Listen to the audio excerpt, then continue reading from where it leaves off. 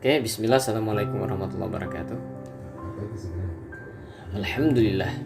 Alhamdulillahirabbil alamin wassalatu wassalamu ala asyrafil anbiya'i wal mursalin sayyidina Muhammadin wa ala alihi washabihi ajmain. Baik, salawat serta salam kepada Rasulullah SAW yang mengucapkan Allahumma sholli ala sayyidina Muhammad wa ala sayyidina Muhammad. Oke, kali ini kita akan membahas tentang hukum keluarga Islam bersama Bapak Aris Nur Qadar Ar-Razak selaku dosen YIN Kendari. Mungkin tidak perlu terlalu jauh saya bicara, langsung saja saya ingin bertanya kepada Bapak mengenai hukum keluarga dalam pandangan Islam. Mungkin sebelum jauh melangkah ke pembahasan bagaimana hukum keluarga dalam pandangan Islam, saya ingin bertanya tentang pengertian hukum itu sendiri, Pak. Bagaimana pengertian hukum itu sebenarnya? Saya persilakan. Ya, oke, baik. Ini pertanyaan yang sangat bagus ya dari saudara moderator ini ya. Bicara tentang konsep hukum ya. Memang bicara tentang pengertian hukum, ini kita bicara pengertian yang begitu sangat luas. Mendefinisikan hukum dalam definisi yang definitif memang agak sangat rumit.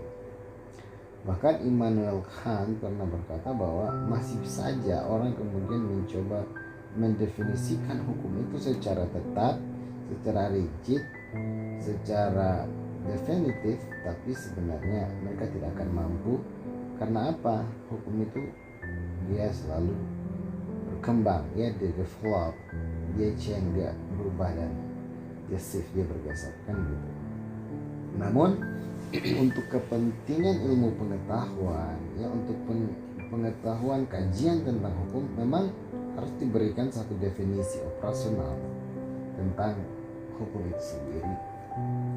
Maka kalau saya coba mendefinisikan secara sederhana, hukum itu sebenarnya ada unsur-unsur yang dikandungnya, sehingga dari unsur-unsur itu kemudian kita akan mampu mendefinisikan apa sih sebenarnya hukum itu. Pertama, hukum itu sebenarnya adalah seperangkat aturan. Jadi hukum itu unsur yang pertama, dia memuat seperangkat aturan. Nah, aturan itu dia muat apa? Aturan itu dia memuat satu kaidah, ya. Dia memuat kaidah. Dia berisi tentang kaidah. Dalam hukum, kaidah itu bisa kita petakan menjadi 3, ya. Ada yang disebut dengan perintah, yang kedua apa yang disebut dengan larangan, dan yang ketiga apa yang disebut dengan perbolehan atau kebolehan atau perkenan. Nah, dari mana kita mengetahui bahwa satu kaidah hukum itu bersifat perintah, ya? Ini bersifat imperatif, gitu.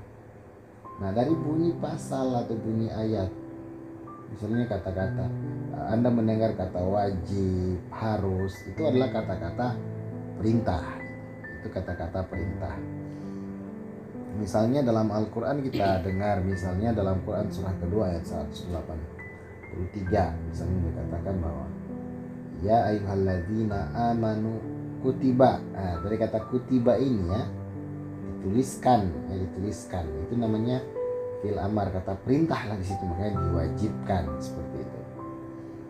Nah, yang kedua adalah larangan, ya, dari kata-kata dilarang, tidak boleh. Nah, itu artinya kaidahnya imperatif juga, melarang. Bisa dilarang terlambat, ya, kendaraan roda 2 dilarang melintas. Kata-kata dilarang itu adalah kaidah hukum yang kedua. Yang selanjutnya, kaidah hukum yang ketiga artinya kebolehan atau perkenan. Dalam Islam biasa disebut dengan mubah, boleh. Seperti itu. Misalnya kita bisa identifikasi kata-kata kuncinya itu, misalnya dia menggunakan kata dapat.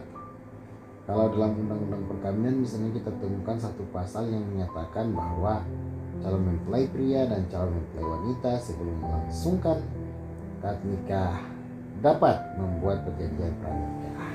Kata dapat membuat perjanjian pranikah itu artinya boleh membuat atau boleh tidak membuat sesuai dengan kesepakatan daripada kedua belah pihak. Nah, itu unsur yang kedua. Jadi yang pertama adalah seperangkat aturan, yang kedua adalah dia memuat kaidah. Unsur yang ketiga adalah ia dibuat atau dibentuk oleh lembaga atau pejabat yang berwenang, pejabat yang punya otoritas. Ya, kalau misalnya dia adalah presiden, berarti kemampuan dia membentuk aturan itu hanya sebatas peraturan pemerintah atau peraturan presiden.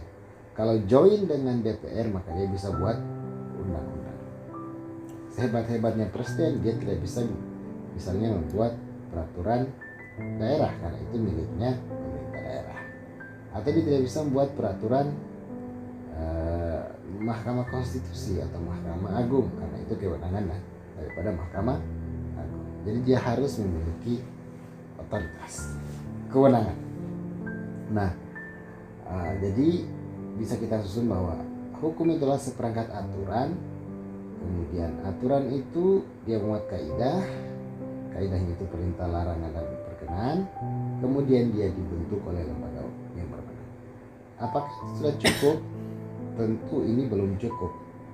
Bagaimana agar suatu hukum itu efektif? Maka dia harus disertai dengan adanya sanksi, ya, atau respon, tanggapan terhadap setiap pelanggaran-pelanggaran yang dilakukan agar dia kemudian bisa berjalan dengan efektif atau dia tidak mandul. Maka hukum bisalah kita artikan sebagai seperangkat aturan yang memuat kaidah, dibuat oleh lembaga yang berwenang, disertai sanksi bagi yang melanggar. Seperti itu. Ya, saya bisa memahami dari penjelasan Bapak mengenai hukum itu. Memang hukum itu seperti yang dijelaskan tadi. Dan kalau kita bawa hukum ini ke dalam keluarga, mungkin di situ juga di dalam keluarga itu terdapat hukum di situ, ya. Ketika keluarga tersebut melakukan pelanggaran-pelanggaran mungkin yang tidak sesuai dengan aturan tadi itu, ya, tidak sesuai dengan aturan tadi itu. Bahkan mungkin dalam Islam juga terdapat aturan yang memang mengatur keluarga. Tapi sebelum jauh pembahasan mengenai hukum keluarga Islam, terlebih dahulu saya ingin meminta jawaban dari Bapak mengenai pengertian keluarga secara sederhana. Mungkin memang teman-teman di luar sana mungkin sudah tidak asing dengan kata keluarga, tapi mungkin mereka taunya keluarga itu hanya sebatas sepasang suami istri, ya, yang sudah menikah begitu. Atau mungkin ada definisi yang lebih sederhana dan ya maksudnya untuk mengcover dari kata keluarga itu sendiri. Mungkin untuk lebih jelasnya saya persilakan kepada Bapak. Oke, ini pertanyaan bagus sekali, ya. Bicara tentang pengertian dari keluarga. Jadi keluarga itu sebenarnya kita bisa pahami sebagai suatu organisasi, ya. Jadi dia itu adalah organisasi terkecil dalam suatu masyarakat. Kalau kita bicara negara sebagai organisasi tertinggi atau organisasi besar masyarakat, maka penyusun yang paling dasar itu adalah keluarga. Jadi keluarga itu adalah organisasi terkecil dari masyarakat yang dibentuk atas hubungan perkawinan antara seorang pria dan seorang wanita. Konsekuensi dari perkawinan itu biasanya kemudian menghasilkan anak, dan itulah yang disebut dengan nuclear family, yaitu keluarga inti. Seperti itu. Ada juga kemudian akan menjadi satu keluarga besar, biasanya yang hidup dalam ada kakek, cucu, dan sebagainya. Tetapi yang paling penting itu. Nah, hukum keluarga ini dalam kacamata hukum secara umum ini memiliki keunikan. Kenapa? Boleh saya katakan secara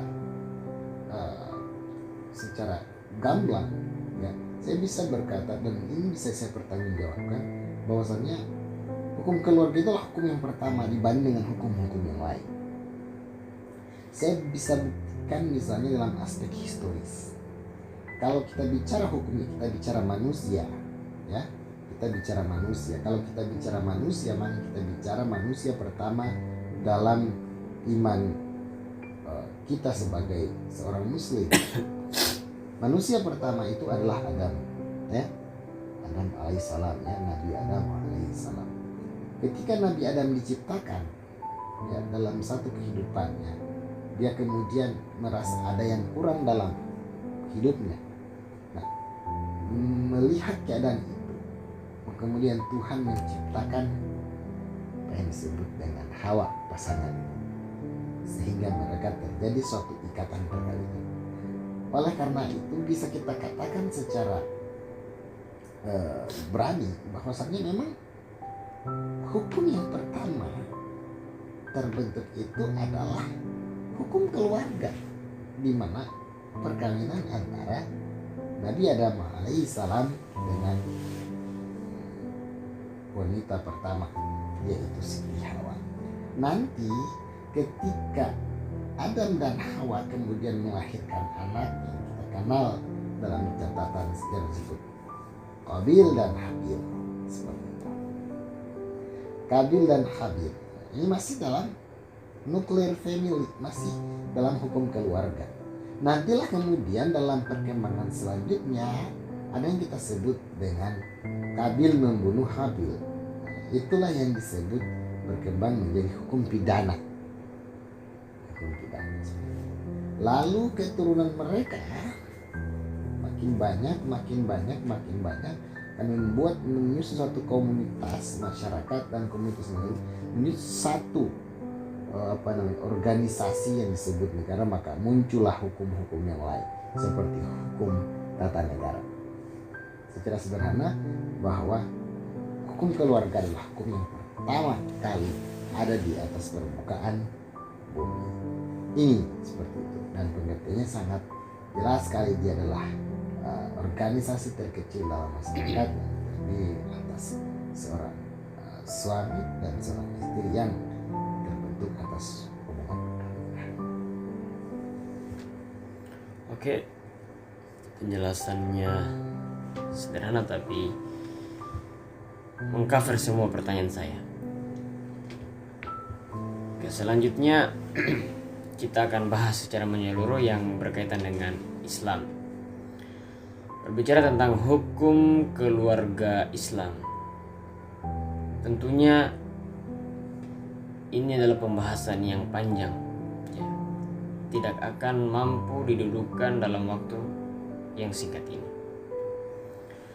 Tetapi saya ingin mengenal lebih jauh, atau saya ingin mengkaji lebih jauh tentang hukum keluarga itu sendiri, baik dalam pandangan Islam maupun dalam pandangan hukum kita yang bernaung di negara Indonesia ini. Yang pertama adalah hukum keluarga. Tapi saya lebih fokus ke keluarga begitu. Oke, baik. Kalau bicara hukum keluarga dalam perspektif Islam maupun dalam perspektif hukum nasional, ya, sebagai hukum positif atau ius constitutum yang berlaku di Indonesia, kita misalnya punya pegangan, ya, secara peraturan perundang-undangan kita punya misalnya Undang-Undang Nomor 1 Tahun 1974 tentang perkawinan, karena atas dasar perkawinan inilah kemudian akan menghasilkan satu keluarga, seperti itu.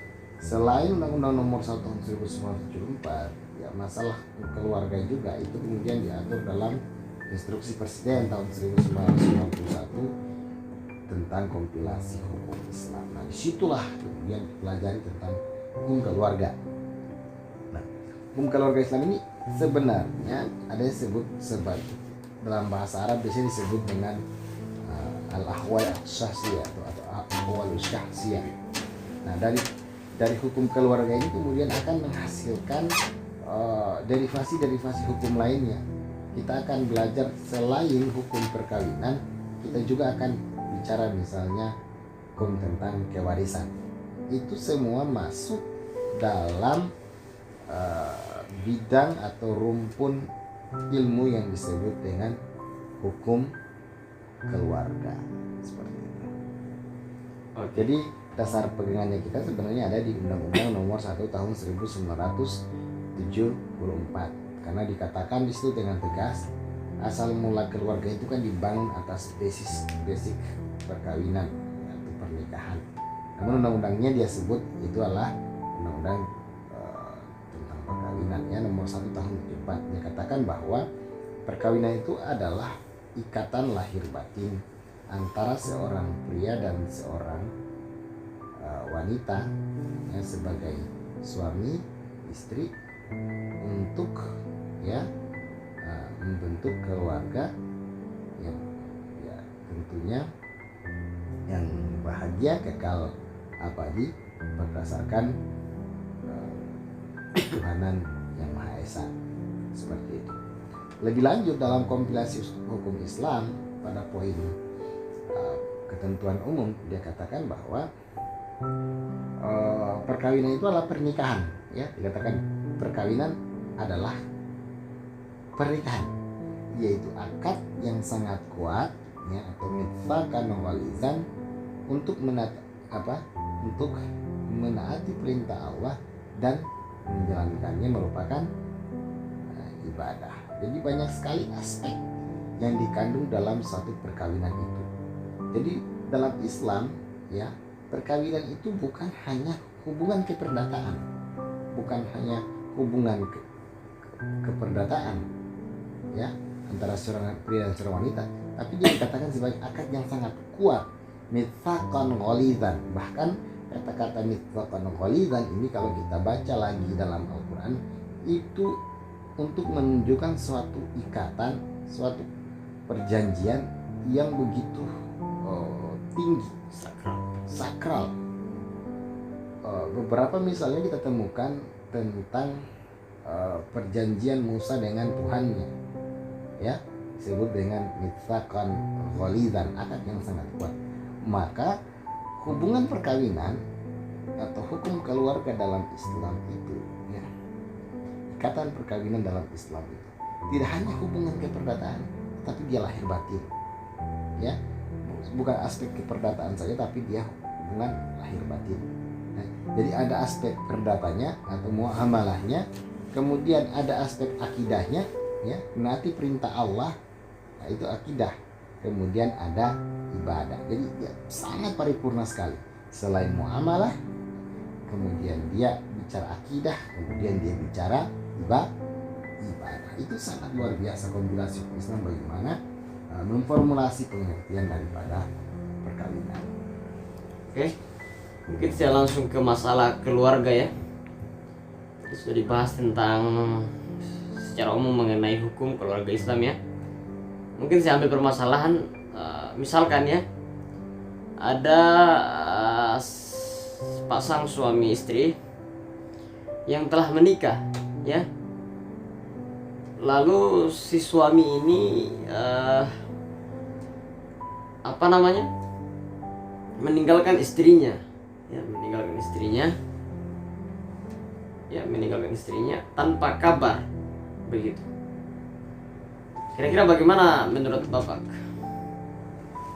Jadi kita bicara masalah hubungan perkawinan ini ya memang persoalan cukup kompleks. Bahkan misalnya dalam sebuah pernikahan itu dalam konteks Indonesia itu biasanya kita kenal ada yang disebut dengan istilah taklik talak ya. Taklik talak.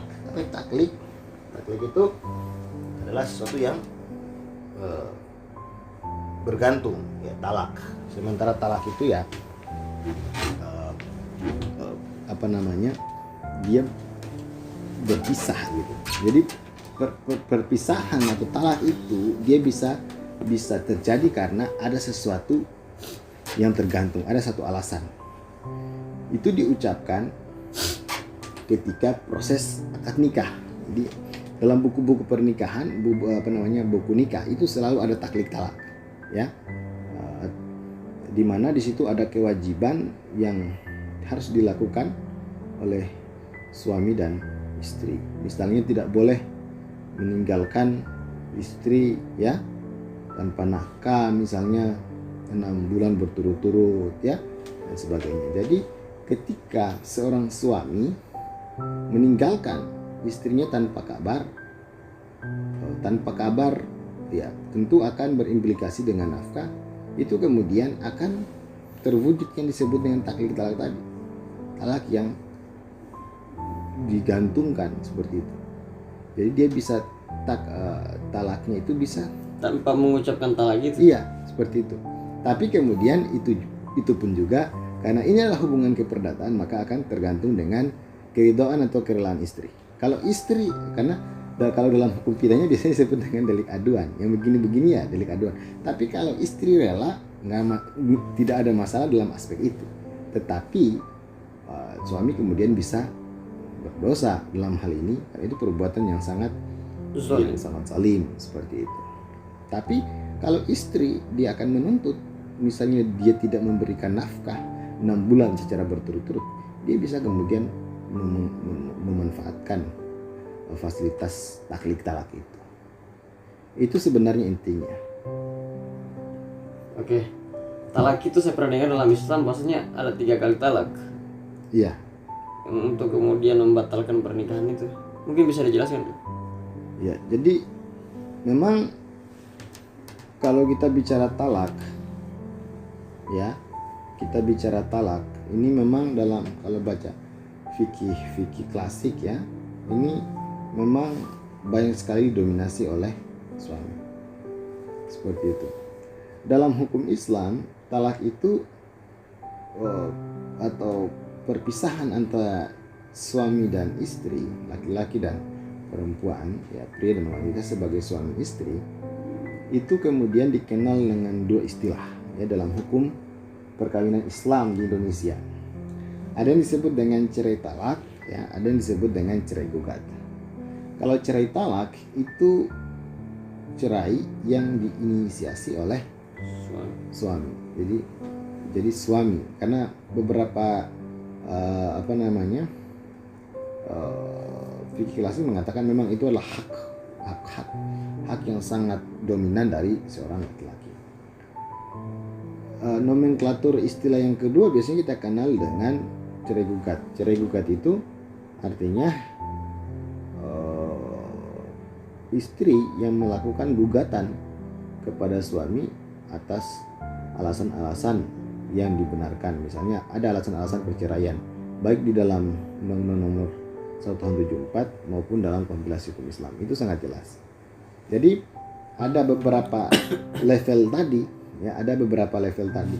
Ada talak 1, ya, talak 2, dan ada yang disebut dengan talak 3. Talak 1 ini kemudian ada fase-fase masa-masanya di situ, kemudian dia punya waktu untuk kemudian dia bisa merujuk kembali seperti itu.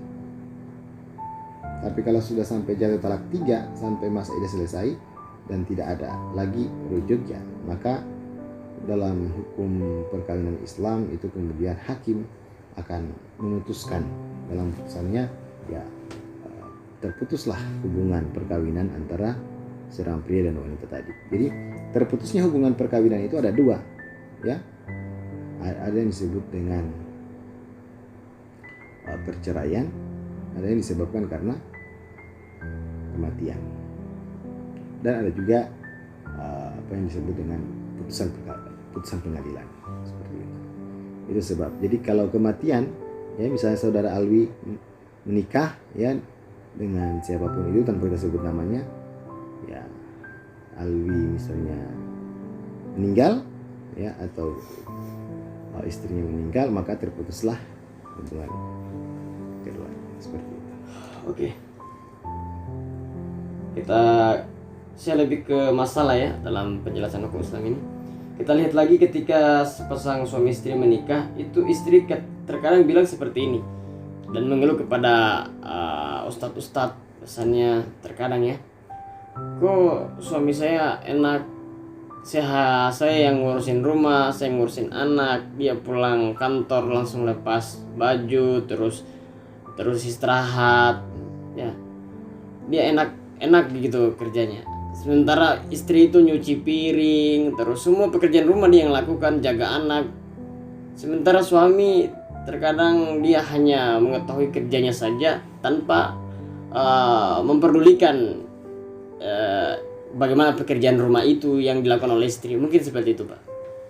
Oke, jadi pertanyaan ini sangat bagus sekali dan itu sangat banyak terjadi dalam hubungan rumah tangga di Indonesia bahkan di dunia ini ya.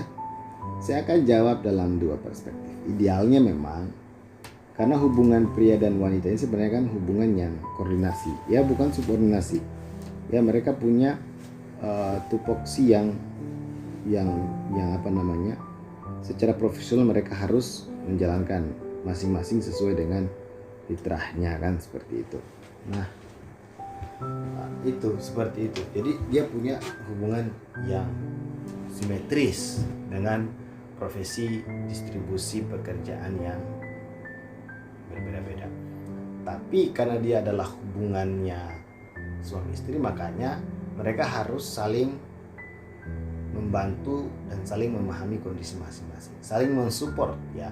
Istri mensupport pekerjaan suami dan suami pun tidak boleh kemudian secara strict ya, sekali-sekali harus membantu ya istrinya dalam kehidupan rumah tangganya, seperti itu. Tetapi istri pun juga misalnya pada titik-titik tertentu mendapatkan suami yang hanya mementingkan pekerjaannya, ya tidak bisa juga seenaknya mengatakan bahwa oh, suami saya enak, dia cuma ngerja pulang nggak tahu istri saya dari bangun tidur merapikan, menyiapkan makan, mencuci piring ya, mengurus anak, mengurus rumah dan sebagainya. Dia enak-enakan saja kan, pulang kantor langsung tutup mata. Kenapa? Karena lu ya, para wanita ya, para istri enak dia ya, dia kemudian taat saja kepada suaminya, dia kemudian dengan sangat mudah untuk mendapatkan surga, seperti itu ya. Sementara suami ya, dia punya tanggung jawab besar, dia belum bisa kemudian menikmati indahnya jannah, indahnya surga, karena dia punya tanggung jawab ya, dan tanggung jawab terhadap seluruh anggota keluarganya, seperti itu. Dia sangat besar tanggung jawabnya. Jadi tidak boleh seenaknya mengatakan dia enak, enggak. Kita ini bicara dalam aspek yang sangat panjang, bahkan sampai dalam kehidupan akhirat, seperti itu. Istri yang baik, istri yang taat pada suaminya dengan sangat mudah mendapatkan tiket untuk ke surga. Tetapi suami, dia punya tanggung jawab yang besar. Dia tidak hanya bisa memasukkan dirinya, dia juga punya tanggung jawab untuk memasukkan istri dan anak-anaknya. Seperti itu. Oke, kita lompat lagi ke masalah yang lain ya. Misalkan suami istri sudah cerai ya, terus tanggung jawabnya mereka terhadap anak bagaimana? Apakah dibebankan kepada istri atau dibebankan kepada suami? Ya, saya akan jawab lagi dalam beberapa perspektif ini ya. Nah, kalau kita bicara perceraian, itulah yang menyebabkan salah satu putusnya perkawinan ya, karena perceraian. Namun mereka kemudian masih punya tanggung jawab atas anak-anak keturunan mereka. Dalam hukum Islam ini disebut dengan hadanah. Hadanah itu adalah hak asuh ya, hak asuh terhadap anak. Dalam konteks hukum Islam di Indonesia, anak yang belum mencapai usia 12 tahun itu di bawah pengasuhan ibunya atau keluarga ibunya, seperti itu. Dan tentunya ayahnya kemudian memiliki kewajiban untuk menafkahinya. Nah, setelah usia 12 tahun, sang anak kemudian diberikan pilihan apakah dia tetap mengikuti ibunya atau ingin mengikuti ayahnya dalam misalnya bertempat tinggal. Tetapi tentu hak nafkah masih ada pada ayahnya. Termaksud misalnya kalau anak tersebut masih bayi, maka seluruh kebutuhan anaknya dan kebutuhan yang berhubungan dengan ibunya itu kemudian harus terpenuhi. Misalnya dia masih menyusui, tentunya sang ayah harus kemudian memberikan nafkah untuk si mantan istrinya tadi ya, karena itu akan berbicara tentang bagaimana dia mengasuh, bagaimana air susunya, bagaimana makannya dan sebagainya. Oh, berarti memang meskipun perceraian itu terjadi, Iya. tapi tetap tanggung jawab itu berada pada Tanggung jawab itu. seorang suami. Oke. Selanjutnya masih seputar permasalahan dalam keluarga. Kalau misalkan dalam keluarga itu ada semacam pertengkaran rumah tangga ya. Pertengkaran rumah tangga. Kira-kira bagaimana cara dalam hukum itu bagaimana cara mendamaikan antara suami dan istri yang bertengkar ini kalau keduanya tidak mau saling memaafkan satu sama lain? Oke, jadi sangat bagus sekali ya pertanyaannya.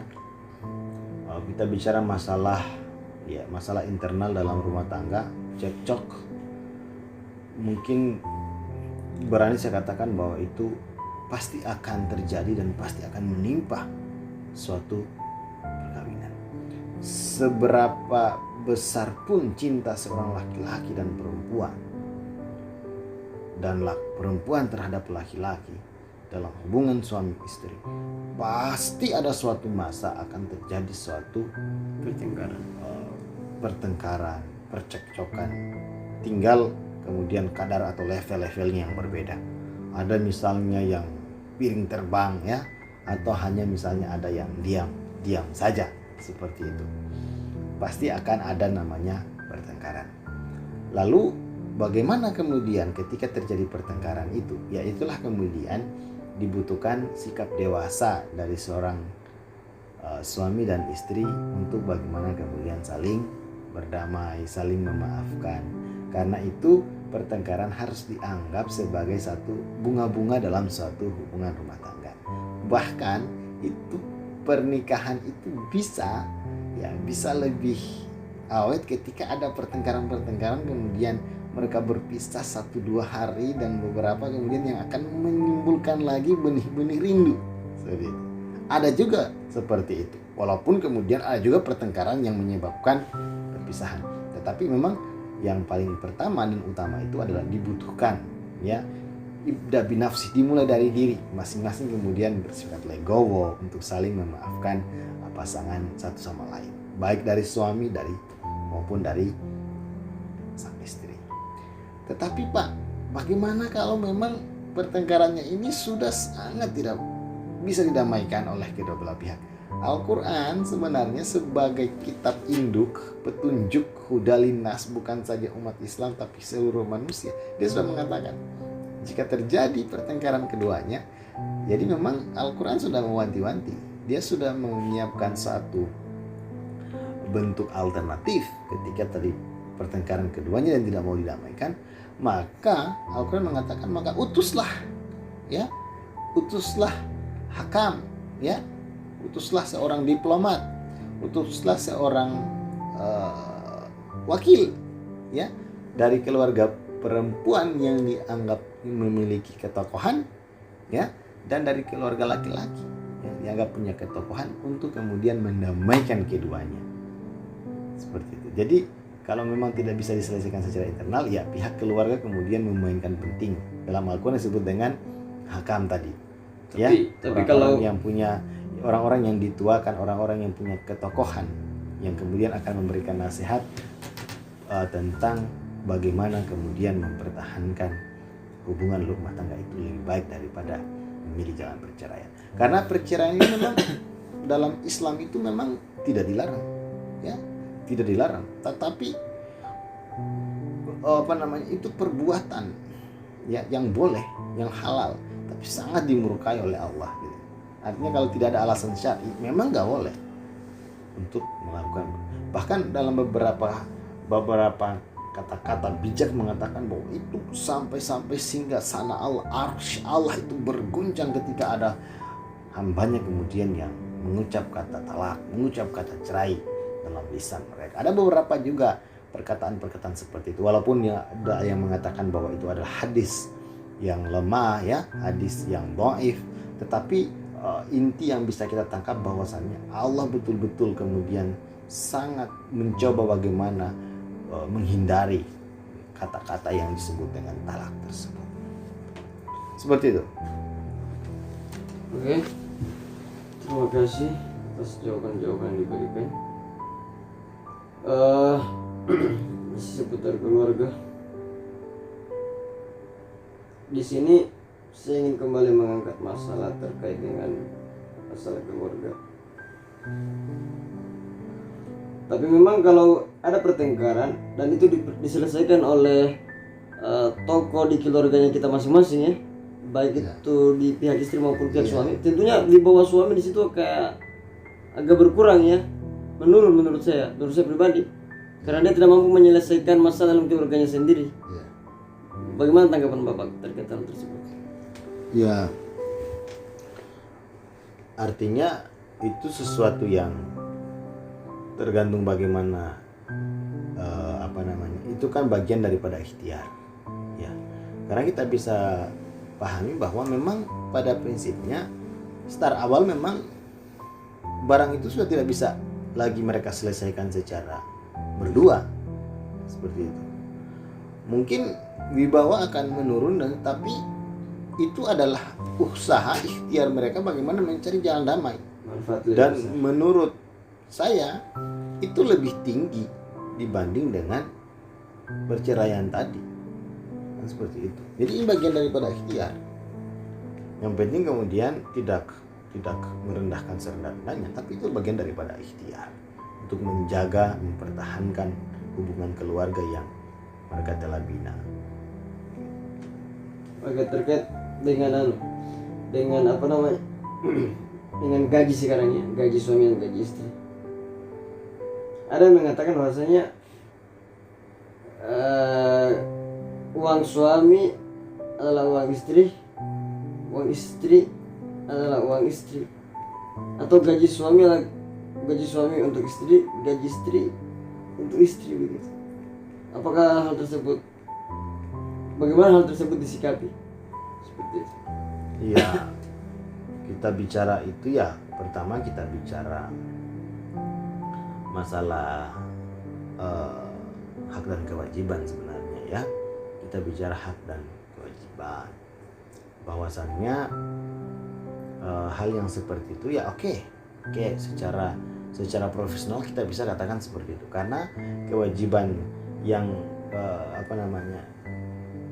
memberikan nafkah itu ada pada suami. Makanya katakan dalam ar-rijalu qawwamuna 'alan nisa, bahwa laki-laki itu pemimpin dari perempuan karena dia menafkahkan sebagian harta mereka kepada para istri seperti itu. Jadi itu oke. Tapi kan kita bangun hubungan keluarga itu, perkawinan ini, ingat tadi kata-katanya mitsakan walidan. Kalau yang tadi itu kan uang suami adalah uang istri dan uang istri adalah uang istri, itu kan kita bicara hubungan keperdataan ya antara pria dan wanita kan seperti itu. Tetapi kalau kita bicara akad yang sangat kuat mitsakan walidan, itu sudah tidak bicara lagi dalam aspek itu, Berbicara hati. iya, kita bicara tentang ruh, kita bicara tentang mahabbah, kita hubungan tentang masa depan, kita bicara tentang kita bersama-sama.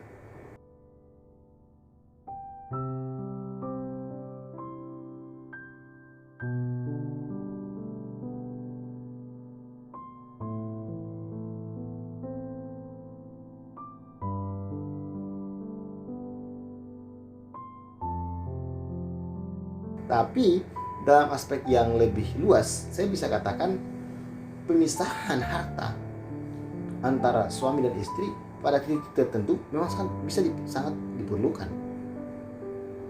Mengapa? Karena misalnya ada dampak hukum dari suatu hubungan, yaitu kewarisan.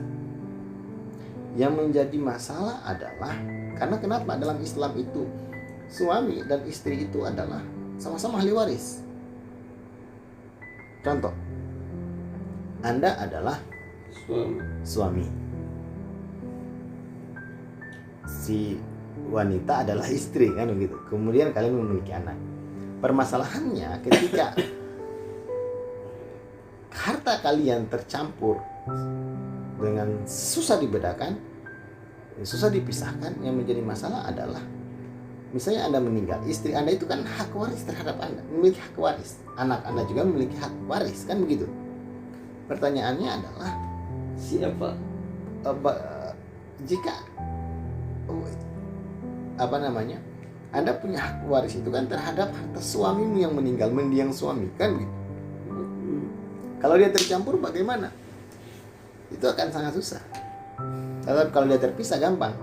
Ya harta istri tadi beda, harta warisan beda. Itulah kemudian yang dibagi dengan anaknya. Dan seperti itu. Dipahami nggak sampai sini? Artinya uang istri itu memang tetap uang istri. Iya. Uang suami itu yang menjadi warisan. Keluarga yang warisan seperti itu. Jangan tercampur sehingga susah. Susah sih nggak? Bagaimana ini mau bagaimana ini? Mana uangnya istri, mana? Ya. Seperti Padahal itu. tadi itu saya tidak mau, yang saya waris itu harusnya adalah harta mendiang suami. Oke, sekarang berbicara konsep keadilan dalam rumah tangga. Ya. Ketika seorang suami, sepasang suami istri ini memiliki beberapa anak mungkin ya. Ya. Mungkin di situ ada uang jajan yang diberikan kepada anak. Ya. Ya, terkadang berbeda-beda. Si adik mungkin diberikan 2.000, si kakak 3.000 ya. Itu kan tidak adil begitu. Bagaimana cara kita menyikapi hal tersebut? Nah, kita bicara masalah tentang keadilan ini memang kita bicara sesuatu yang sangat sulit. Ya, kita bicara sesuatu yang sangat sulit, kita bicara sesuatu yang sangat relatif. Bahkan kalau kita bicara tentang teori-teori keadilan Aristoteles itu kan sangat jelas. Dia bicara tentang keadilan distributif dan keadilan komutatif. Ya, jadi keadilan itu kemudian tidak selalunya sama rata sama rasa. Ya, tetapi pada titik tertentu ada yang disebut dengan keadilan distributif, keadilan sesuai dengan profesi, kebutuhan, peruntukannya. Makanya keadilan itu disebut dengan menempatkan sesuatu pada tempatnya. Artinya boleh jadi misalnya uang jajannya berbeda, tetapi ditempatkan pada sesuatu yang anak jajan anak SD akan berbeda dengan uang jajan anak kuliahan. Walaupun dia berbeda, itu tetap adil karena itulah disebut dengan keadilan distributif. Berarti sesuai dengan konteksnya. Sesuai dengan konteks. Itu disebut dengan keadilan distributif. Berbeda lagi misalnya keadilan dalam konteks istri-istri. Dia memiliki banyak istri. Nah, itu lain lagi konsepnya. Oke, kalau begitu kita beralih lagi ke masalah keluarga terkait dengan, kan begini, terkadang itu dalam rumah tangga yang jadi pimpinan keluarga itu adalah perempuan. Ya, maksudnya di sini perintah itu datang dari istri. Ya. Suami kadang menjadi ibu rumah tangga. Ya. Ya, bagaimana cara kita menyikapi hal tersebut? Nah, ini sesuatu